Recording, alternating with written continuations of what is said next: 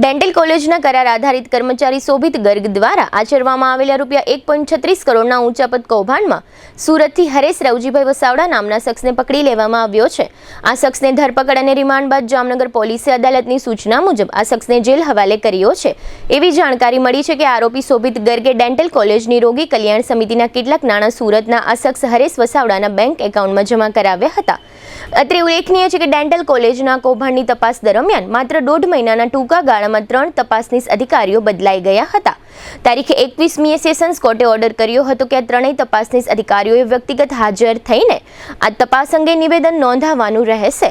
તે અંગે આજે 27મી જુલાઈએ સવારે આ તપાસનીસ અધિકારીઓ કોર્ટ સમક્ષ હાજર થયા હતા। ત્રણેય તપાસનીસ અધિકારીઓએ કોર્ટને જણાવ્યું હતું કે આ કેસ અંગે વધુ તપાસ ચાલુ છે। આજે સવારે આ 1.36 કરોડના ગેરરીતિ કૌભાંડની કોર્ટમાં લગભગ 2 કલાકથી વધુ સમય દરમિયાન દલીલો ચાલી હતી।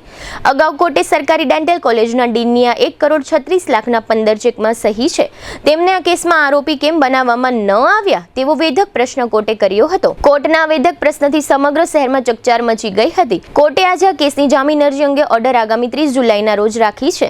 આ 1.36 લાખના ઊંચાપત કેસમાં શોભિત ગર્ગની જામીન અરજી અંગે સુનાવણી ચાલી રહી છે।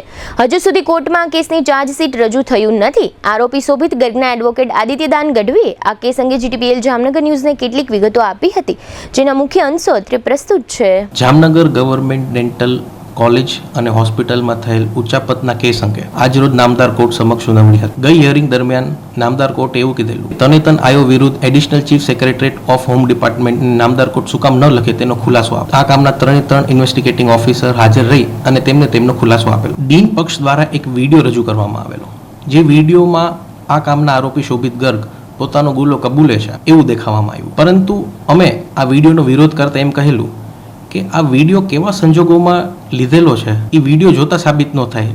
શું આ આરોપી ઉપર કોઈ દબાણ હતું કે કેમ એ વિડીયો જોતા સાબિત ન થાય। ઉપરાંત આ વિડીયો બનાવવાની જરૂર શું કામ ડીનને ફરિયાદ થઈ તે પહેલા પડી? શું આ વિડીયોના કારણે પોતાનો બચાવ પહેલાથી જ કરતા હતા? આવા ગંભીર પ્રશ્નો ઊભા થાય। નામદાર કોર્ટ સમક્ષ પોલીસ દ્વારા એવું કહેવામાં આવેલું કે ડીને કોરા બ્લેન્ક ચેક ઉપર આ સિગ્નેચર કરેલા, પરંતુ જ્યારે ડીન એક ડીડીઓ તરીકે ફરજ બજાવતા હોય છે તો બ્લેન્ક ચેક ઉપર સાઇન કરી લેવી એ એક યોગ્ય બચાવ નથી। રોગી કલ્યાણ સમિતિની સેન્ટ્રલ ગવર્મેન્ટની એક ગાઈડલાઇન્સ નામદાર કોર્ટ સમક્ષ રજૂ કરવામાં આવેલી। આ ગાઈડલાઇન્સમાં રોગી કલ્યાણ સમિતિના ખર્ચ અંગે એક પર્ટિક્યુલર પેમેન્ટની પ્રોસિજર હોય છે, એ અમે નામદાર કોર્ટનું ધ્યાન એમાં દોરેલું। રોગી કલ્યાણ સમિતિમાં કેવી રીતે બુક્સ ઓફ અકાઉન્ટ્સ કીપિંગ છે એ પણ ગાઈડલાઇનમાં જેનું વર્ણન કરેલું હતું, એ ગાઈડલાઇન અમે નામદાર કોર્ટ સમક્ષ રજૂ કરવામાં આવેલી। વધુમાં આ કામની કાર્યવાહી નામદાર કોર્ટ સમક્ષ તારીખ 30/7/2026 રોજ રહેશે।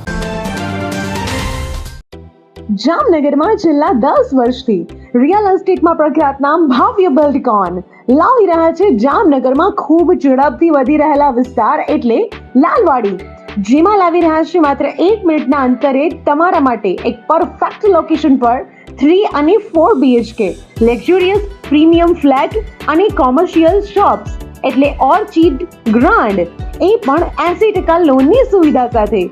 તો ચાલો વાત કરીએ ઓર્ચિડ ગ્રાન્ડના વિશેષતાઓ અને સુવિધાઓની।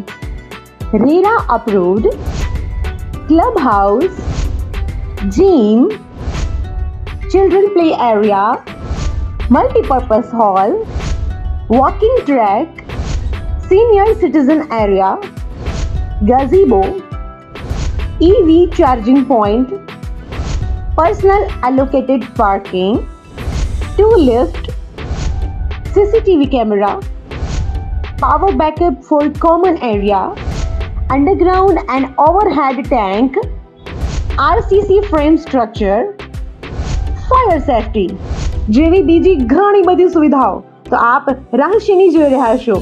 અત્યારે જ સ્ક્રીન પર આપેલા નંબર પર કોલ કરો કે પછી સાઇટ મુલાકાત લો। અમારું એડ્રેસ છે orchid grand near Income Tax Office beside Tri Mandir, Lalwadi Main Road, Jamnagar।